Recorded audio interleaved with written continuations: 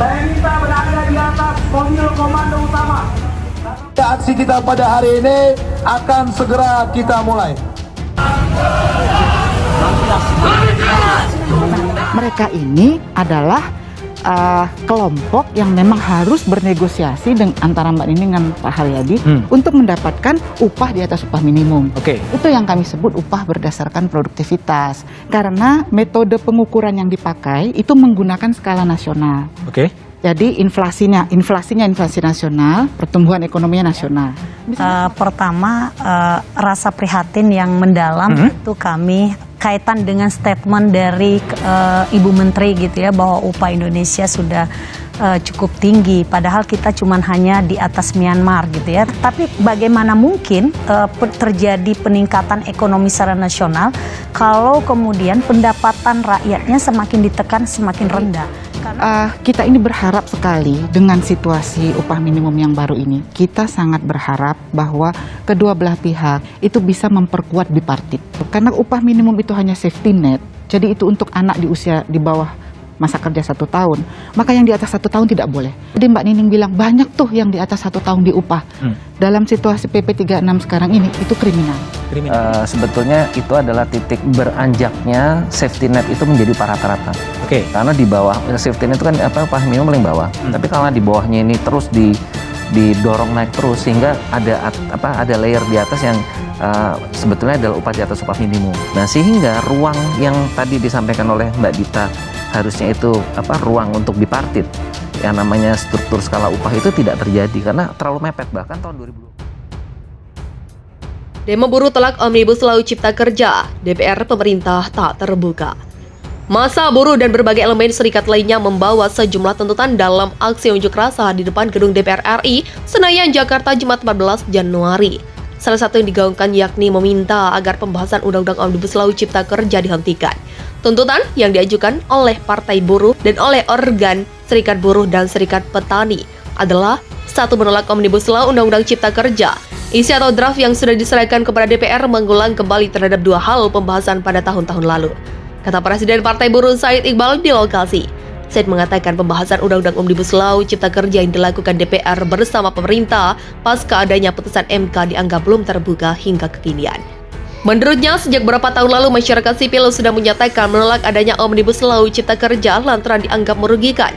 Untuk itu pihaknya meminta agar pembahasan Undang-Undang Omnibus Law Cipta Kerja tersebut di-drop atau dihentikan, lantaran MK sudah menyatakan inkonstitusional.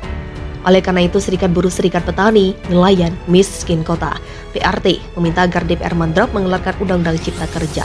Omnibus Law yang dimasukkan kembali dalam prolegnas, begitulah katanya.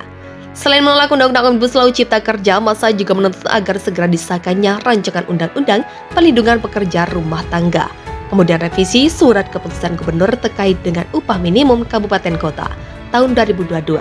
Lalu minta revisi Undang-Undang Komisi Pemberantasan Korupsi. Hingga kekinian massa buruh masih berkumpul di depan gedung DPR RI. Mereka terus menyampaikan orasi demi orasinya terkait tuntutannya tersebut.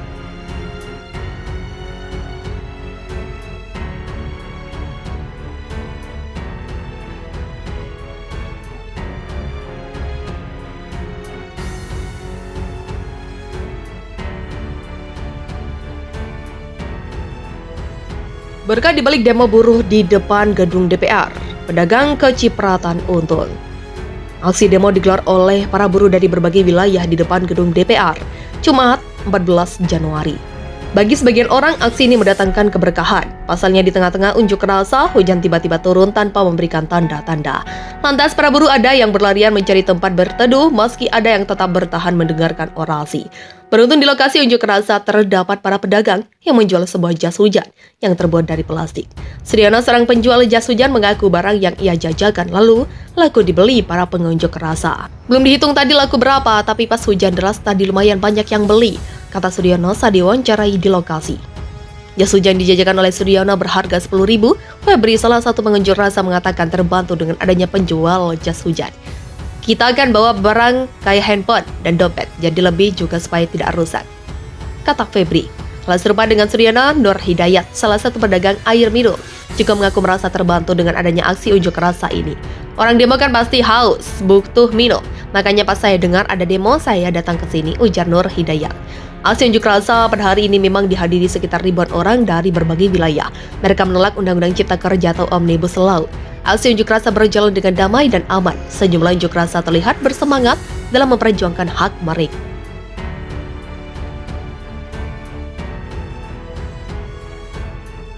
Ada demo buruh, jalan depan gedung DPR macet total. Sejumlah serikat buruh menggelar aksi demonstrasi di depan gedung DPR Jakarta Jumat 14 Januari. Salah satu tuntutan mereka adalah menolak adanya Undang-Undang Cipta Kerja.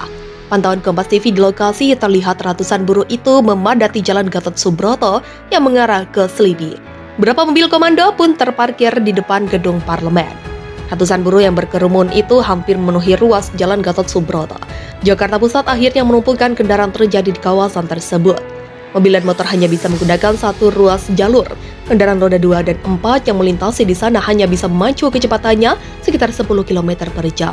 Aparat kepolisian pun mengizinkan pengendara untuk menggunakan jalur Transjakarta demi mengurai kemacetan di Jalan Gatot Subroto.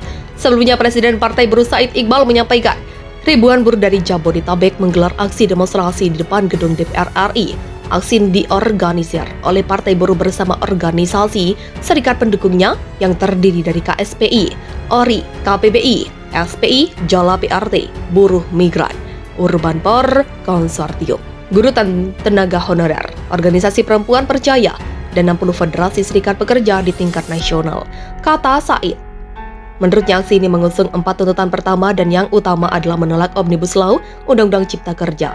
Kedua, seakan rancangan Undang-Undang Perlindungan Pekerja Rumah Tangga.